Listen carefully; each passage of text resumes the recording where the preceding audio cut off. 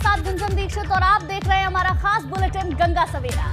नमस्कार, मैं हूं आपके साथ अनु सिंह। यूपी उत्तराखंड से जुड़ी हर खबर लेकर हाजिर हूं मैं।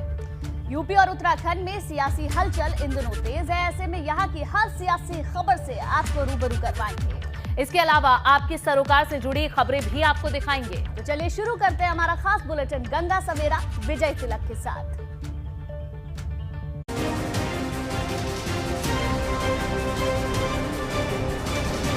विजय तिलक।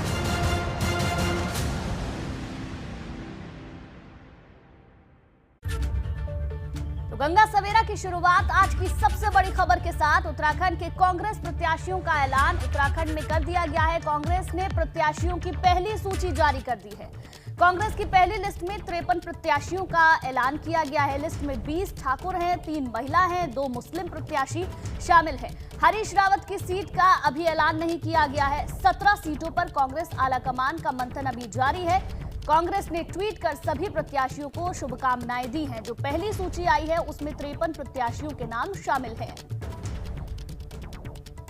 तो उत्तराखंड विधानसभा चुनाव के लिए कांग्रेस ने उम्मीदवारों की पहली लिस्ट जारी कर दी है। इस सूची में 53 उम्मीदवारों के नामों की घोषणा कर दी गई है। प्रदेश कांग्रेस अध्यक्ष गणेश गोदियाल श्रीनगर विधानसभा सीट से चुनाव लड़ेंगे। वहीं यशपाल आर्य और उनके बेटे संजीव आर्य, जो कि पिछले साल अक्टूबर में भाजपा से कांग्रेस में शामिल हुए थे, उन्हें बाजपुर और नैनीताल से टिकट मिला है।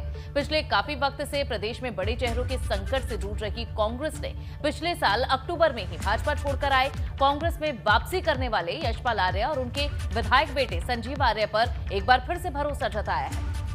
इसके अलावा प्रीतम सिंह को चक्राता से उम्मीदवार बनाया गया है, जबकि प्रदेश अध्यक्ष गणेश गोदियाल को श्रीनगर की जिम्मेदारी दी गई है। वहीं टिहरी, नरेंद्रनगर, देहरादून, कैंट, ऋषिकेश, डोईवाला, हरिद्वार ग्रामीण, रुड़की, लक्सर, खानपुर, झबरेड़ा, ज्वालापुर, लैंसडाउन, चौबट्टा खाल, सल्ट, रामनगर, कालाढूंगी और कालाकुआ सीटों पर अभी प्रत्याशी घोषित होने बाकी है। कुल मिलाकर 53 प्रत्याशियों की सूची सामने आ गई है। 17 सीटें हैं जहां पर अभी कांग्रेस पार्टी ने प्रत्याशियों का ऐलान नहीं किया है। तो धीरे धीरे कर जहां उत्तर प्रदेश और उत्तराखंड दोनों के लिए ही कांग्रेस पार्टी अपने प्रत्याशियों का एक लंबे मंथन के बाद ऐलान कर रही है और इस बार नंबर रहा है उत्तराखंड का। ये वो चेहरे हैं, ये वो सीटें हैं जो कांग्रेस ने दी हैं अपने उम्मीदवारों को। तो 53 प्रत्याशी हैं जिनका ऐलान हो चुका है और जो दूसरी पार्टियों से आए हैं, कांग्रेस में मजबूती देने का प्रयास कर रहे हैं, उन्हें भी मैदान में उतारा गया है। देखना होगा कि इनमें से कितने वो जिताऊ चेहरे हैं, जो पता चलेगा 10 मार्च को जब नतीजे आएंगे कि गुंजन आखिर कितने इनमें से भरोसेमंद वाकई पार्टी के लिए शामिल होते हैं। लेकिन अनु, देखने वाली बात यह होगी कि 17 जिन सीटों पर अभी भी मंथन चल रहा है उसमें हरीश रावत किस सीट से उतारे जाते हैं, ये देखना होगा। हरक सिंह रावत उतरते हैं या नहीं। लैंसडाउन की जो एक सीट उनकी बहू के लिए मानी जा रही थी, उस पर भी अभी प्रत्याशी की घोषणा नहीं हुई है। तो कई ऐसी अहम सीटें हैं जिस पर कांग्रेस पार्टी अभी भी मंथन कर रही है। इन 17 सीटों पर कांग्रेस किन प्रत्याशियों को उतारेगी, ये देखने वाली बात होगी। बहरहाल पहली सूची आ चुकी है, 53 प्रत्याशियों के इसमें नाम शामिल है। लंबे एक मंथन के बाद कांग्रेस पार्टी ने अपनी पहली लिस्ट जारी कर दी है। वहीं बात की जाए अगर महिलाओं की, तो कांग्रेस महिलाओं के मुद्दे को इस चुनाव में बहुत ज्यादा भुना रही है। सीटों में महिलाओं को 40% आरक्षण ऐलान करने वाली कांग्रेस ने 70 सीटों में से 53 सीटों का ऐलान तो कर दिया, जिसमें सिर्फ 3 महिलाओं को ही प्रत्याशी बनाया गया। यानी मौजूदा लिस्ट में अनुपात की अगर बात करें तो 10% से भी कम महिलाओं पर कांग्रेस ने भरोसा जताया है। कांग्रेस की पहली लिस्ट में प्रत्याशी बनाई गई महिला उम्मीदवारों में मसूरी से गोदावरी थापली है।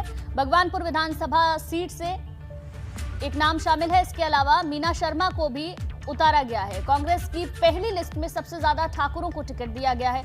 53 लोगों की लिस्ट में कांग्रेस ने 20 प्रत्याशी ठाकुर उतारे हैं, जबकि हरिद्वार के मौजूदा 2 मुस्लिम विधायकों को दोबारा टिकट दिया गया है। अब ऐसे में अनु, देखने वाली बात यह है, जहां लगातार कांग्रेस पार्टी लड़की हूं, लड़ सकती हूं जैसे नारे दे रही है, दूसरी तरफ ये कह रही है कि महिलाओं को तवज्जो दी जाएगी, लेकिन सिर्फ 3 महिला कैंडिडेट के नाम ही अभी तक सिर्फ 10% ये पूरा रेशियो है, जबकि 40% महिलाओं को टिकट दिए जाएंगे, ये बात कही गई थी। हालांकि अलग अलग तरह के तर्क पार्टियां देती हैं कि अच्छे कैंडिडेट नहीं मिले, लेकिन देखना होगा इस पर क्या सफाई आती है।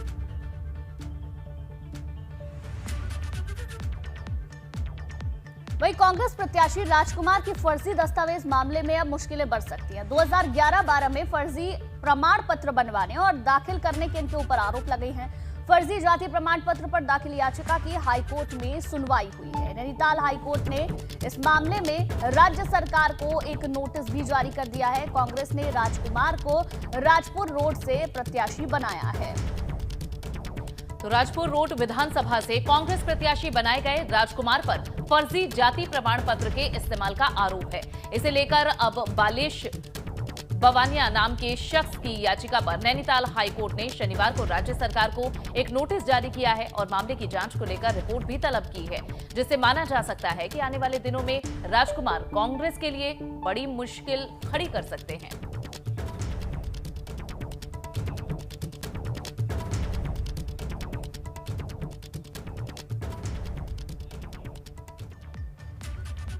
और रवि केंतुरा हमारे संवाददाता देहरादून से हमारे साथ जुड़ चुके हैं, ज्यादा जानकारी उन्हीं से लेंगे। रवि, ये जो कांग्रेस की लिस्ट आई है इसमें महिलाओं के प्रतिशत पर तो हम बात कर ही रहे थे, लेकिन सबसे पहले ये बताएं कि आखिर किस नेता की ज्यादा चली है, किस गुट के ज्यादा प्रत्याशी नजर आ रहे हैं इसमें? बिल्कुल, देखिए, क्योंकि कल पूरे 9 दिन हो गए थे और 9 दिन बाद ये लिस्ट आखिरकार जारी हुई है। वो भी सिर्फ 53 नाम जारी हुए हैं। अभी 17 ऐसे लोग हैं, 17 ऐसी सीटें हैं जहां पर अभी भी प्रत्याशी को कांग्रेस फाइनल नहीं कर पाई है। ऐसे में अब इन 53 नामों में भी देखें तो जिस तरीके से आपने तमाम जिक्र किया नामों का, उसमें भी अभी ऐसे नाम जिन पर सबकी निगाहें थी वो सीटें अभी भी खाली छोड़ी गई हैं, उन पर कोई भी निर्णय नहीं हुआ है। वो हॉट सीटें हैं कि हरक सिंह रावत कहाँ से चुनाव लड़ेंगे भी या नहीं, अनुकृति गुसाई को इस वक्त टिकट मिलेगा या नहीं, इसके साथ हरीश रावत कहां से चुनाव लड़ेंगे, ये तमाम ऐसी सीटें हैं जो कि अभी जो 17 सीटें हैं वो खाली छोड़ी गई हैं। लेकिन अभी तक जिन सीटों पर टिकट फाइनल हुए हैं उन सीटों पर भी कई ऐसी सीटें थी जहां पर पूरी तरीके से माथापच्ची चल रही थी। चाहे मसूरी की सीट की बात करें, इस पर भी कई दावेदार थे जिस पर की बातचीत चल रही थी। आखिरकार गोदावरी थापली को यहां से टिकट दिया गया, क्योंकि महिलाओं को जिक्र जैसे आपने किया तो सिर्फ 3 महिलाओं को अभी 53 की लिस्ट पर टिकट दिया गया है, जिसमें कि एक सिटिंग विधायक भी कांग्रेस की हैं, ममता राकेश। अभी जो अन्य सीटें हैं जिस पर कि अभी कांग्रेस को टिकट फाइनल करना है, उसमें बहुत महत्वपूर्ण है कि ये तमाम चेहरे जिनका हम जिक्र कर रहे हैं ये कहां से चुनाव लड़ते हैं। लेकिन एक खास बात है कांग्रेस की लिस्ट में, और वो ये है कि जहां भाजपा के 11 सीटें अभी फाइनल नहीं हुई हैं, उन्हीं सीटों पर कांग्रेस भी अपने प्रत्याशियों को फाइनल नहीं कर पाई है। और इसकी वजह है क्योंकि टिहरी की अगर सीट बात करें तो वहां पर किशोर उपाध्याय एक फैक्टर है। किशोर उपाध्याय भाजपा में जाएंगे नहीं जाएंगे, कांग्रेस से तमाम पदों से निष्कासित है ऑलरेडी, तो उनका क्या होगा। इस पर टिहरी की सीट देखिए भाजपा ने भी खाली छोड़ी है और अभी तक कांग्रेस इस पर कोई निर्णय नहीं ले पाई है। तो तमाम ऐसी सीटें हैं। अब रामनगर और सल्ट की बात करें तो यहां पर माना जा रहा है कि हरीश रावत और रणजीत सिंह रावत के बीच में लगातार जो है इस बातचीत चल रही थी कि कौन कहां से चुनाव लड़ेगा। हालांकि अभी पर यहां पर भी फाइनल नहीं हो पाया। हरिद्वार ग्रामीण की बात करें तो वहां अभी फाइनल नहीं हो पाया है। झबरेड़ा सीट है जो भाजपा ने भी अभी खाली छोड़ी है, तो कांग्रेस उस पर कुछ निर्णय नहीं ले पाई। तो ये तमाम ऐसी सीटें हैं जो कि इस बार जब यहां पर निर्णय होगा तो एक दूसरे को देखने के बाद निर्णय लेने की कोशिश की जा रही है। यानी कांग्रेस भी सोच रही है कि पहले इन सीटों पर भाजपा को किसी प्रत्याशी को फाइनल करे, उसके बाद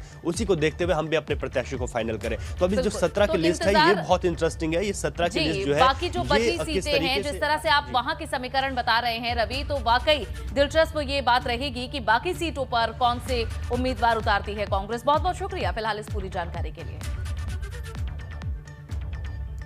चलिए आगे बढ़ते हैं। कांग्रेस की लिस्ट में एक दिलचस्प चीज देखने को मिली है और ये दिलचस्प मामला पुरौला विधानसभा क्षेत्र से जुड़ा हुआ है। पुरौला से कांग्रेस की टिकट पर जीत हासिल करने वाले विधायक राजकुमार, जिन्होंने बीजेपी के मालचंद को लगभग 1000 वोटों से हराया था, वो अब बीजेपी में शामिल हो गए हैं। तो वहीं राजकुमार की पार्टी में आने से असहज चल रहे मालचंद ने भी बीजेपी छोड़ कांग्रेस को ज्वाइन कर लिया है। तो मजेदार बात ये रही है कि दोनों ने एक दूसरे से पार्टी बदल ली और दोनों टिकट पाने में भी कामयाब रहे हैं। मतलब 2017 में बीजेपी से चुनाव लड़ने वाले मानचंद इस बार कांग्रेस से चुनाव लड़ेंगे, तो वहीं कांग्रेस से चुनाव लड़ने वाले राजकुमार इस बार बीजेपी से ताल ठोकेंगे। 2017 विधानसभा चुनाव में दोनों के वोटों में 1000 वोटों का ही फासला था। पार्टी की हेरफेर की वजह से पुरोता की चुनाव इस बार काफी दिलचस्प नजर आ रहे हैं। अब देखना होगा कि इस सीट से आखिर जीत किसकी दर्ज होती है, क्योंकि 2017 में प्रत्याशी यही थे लेकिन पार्टी अलग अलग थी। लेकिन इस बार जनता किस पर अपना विश्वास जताएगी, ये देखने वाली बात होगी। पुरौला सीट पर मुकाबला बेहद दिलचस्प हो गया है। 2017 चुनाव में कांग्रेस से राजकुमार थे, जो कि अब भाजपा से लड़ने वाले हैं। और कुंजन, ऐसे में देखना ये भी दिलचस्प रहता है कि जो ये संयोग बनता है, ऐसे में कैंडिडेट पर मोहर लगती है या फिर पार्टी पर। यूपी उत्तराखंड चुनाव में एक कदम फूंक फूंक कर रखने वाली कांग्रेस के सामने जब प्रियंका ने लड़की हूं, लड़ सकती हूं नारा दिया, तो महिला सशक्तिकरण के मुद्दे ने जोर पकड़ लिया। फिर टिकट बंटवारे में 40% महिला आरक्षण का ऐलान कर दूसरे दलों की मुश्किलें खड़ी कर दी। लेकिन प्रियंका वाड्रा का यही नारा और ऐलान अब पार्टी के लिए मुश्किल बन चुका है। पार्टी से टिकट न पाने वाली महिला उम्मीदवारों ने कांग्रेस की घेराबंदी शुरू कर दी है। रिपोर्ट देखिए।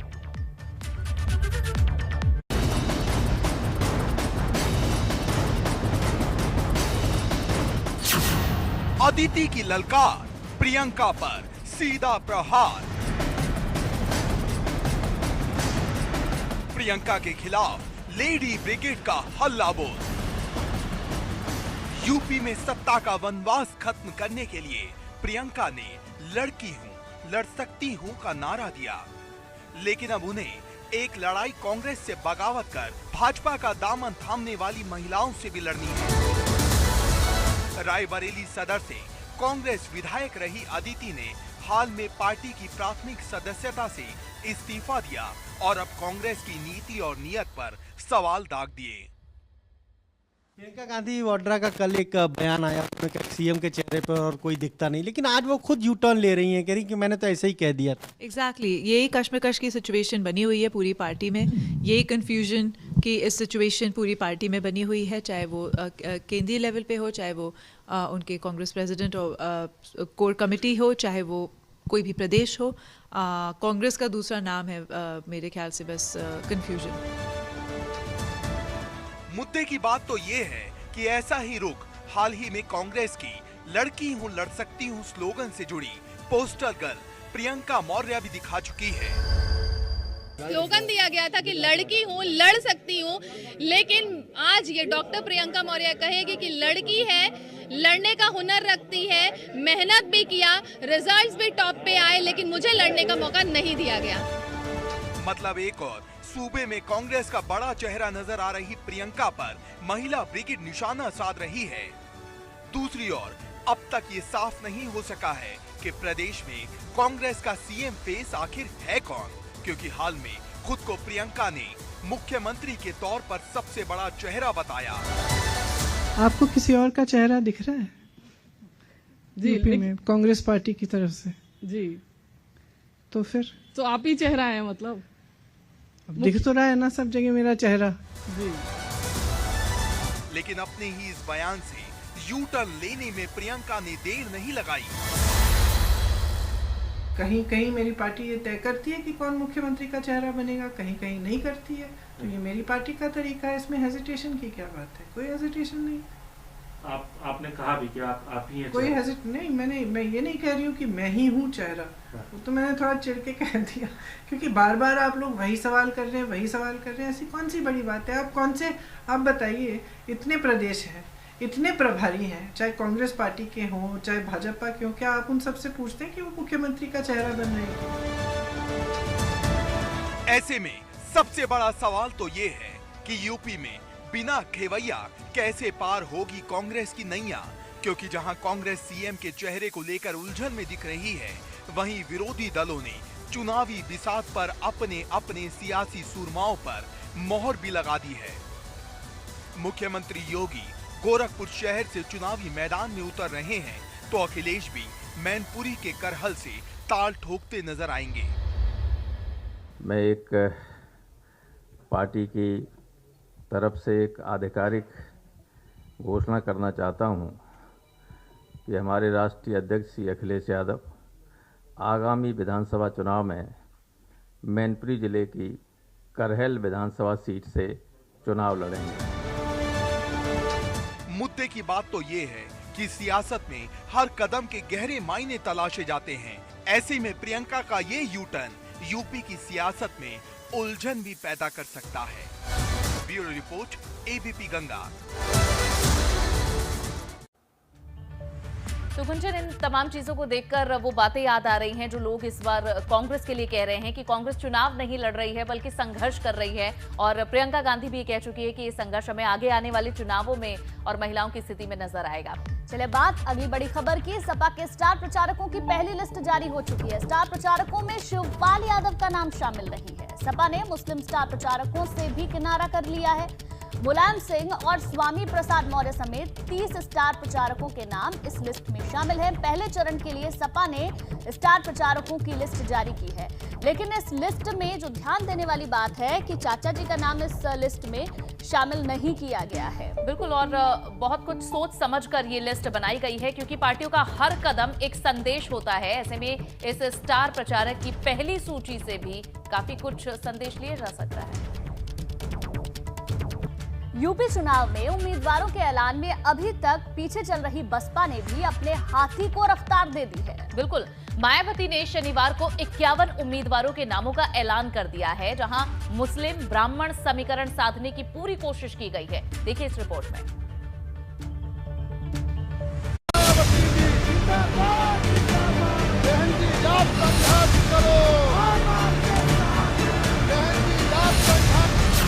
हाथी के 51 दमदार साथी। 51 विधानसभा की सीटों पर बीएसपी के तय किए गए उम्मीदवारों की सूची जारी कर रही है। बसपा का नया नारा, बूथ बूथ हमारा। हर पोलिंग बूथ को जिताना है, बीएसपी को सत्ता में लाना है। उत्तर प्रदेश की सियासी रणभूमि में बसपा सुप्रीमो मायावती ने अपने दमदार 51 चुनावी योद्धाओं के नाम का ऐलान कर दिया है। अब मैं यहाँ यूपी की अपनी पार्टी की दूसरे चरण की सूची जारी कर रही हूँ कि पहले चरण की सूची मैंने अपने जन्मदिन के मौके पर दिनांक 15 जनवरी को जारी की थी। इसके बाद दूसरे चरण के तहत 55 विधानसभा की सीटों पर चुनाव होंगे, जिसमें से आज मैं 51 विधानसभा की सीटों पर बीएसपी के तय किए गए उम्मीदवारों की सूची जारी कर रही हूँ। जिन नामों का ऐलान हुआ उनमें बेहट से रईस मलिक और नुक्कड़ से साहिल खान को टिकट मिला है। वहीं सहारनपुर से अजब सिंह और सहारनपुर नगर से मनीष अरोड़ा उम्मीदवार होंगे। गंगोह से नोमान मसूद का नाम है। देवबंद से चौधरी राजेंद्र सिंह उम्मीदवार होंगे। रामपुर मनिहारन से रविंद्र कुमार गोलू को उम्मीदवार बनाया गया है। नजीबाबाद से शाहनवाज आलम को टिकट दिया है। सूबे के संग्राम में अपनी सक्रियता को लेकर सवालों में रहने वाली मायावती ने समीकरणों को अच्छे से साधा है। जिन 51 नामों की मायावती ने घोषणा की है उनमें 3 महिलाएं हैं, जबकि 21 मुस्लिम चेहरे हैं। इसके अलावा एक यादव और एक वैश्य और एक ब्राह्मण प्रत्याशी को भी टिकट दिया है। उम्मीदवारों के नाम का ऐलान करते हुए मायावती ने हर पोलिंग बूथ को जिताना है, बसपा को सत्ता में लाना है का नया नारा भी दिया। ये आज मैं अपनी पार्टी के लोगों को पार्टी का एक नारा भी दे रही हूँ, जो इस प्रकार से है। हर पोलिंग बूथ को जिताना है, बीएसपी को सत्ता में लाना है। इससे पहले मायावती ने 15 जनवरी को अपने जन्मदिन पर 53 उम्मीदवारों की पहली लिस्ट जारी की थी। मुद्दे की बात यह है, उसमें भी जातीय और धार्मिक समीकरणों को तरीके से साधा गया था। Bureau report, ABP Ganga. तो अनु, मायावती ने जो सूची जारी किया उसमें समीकरणों को सही ढंग से साधने की कोशिश की गई है। मुस्लिम हो चाहे ब्राह्मण हो, उन्हें साधने की कोशिश इस सूची में नजर आती है।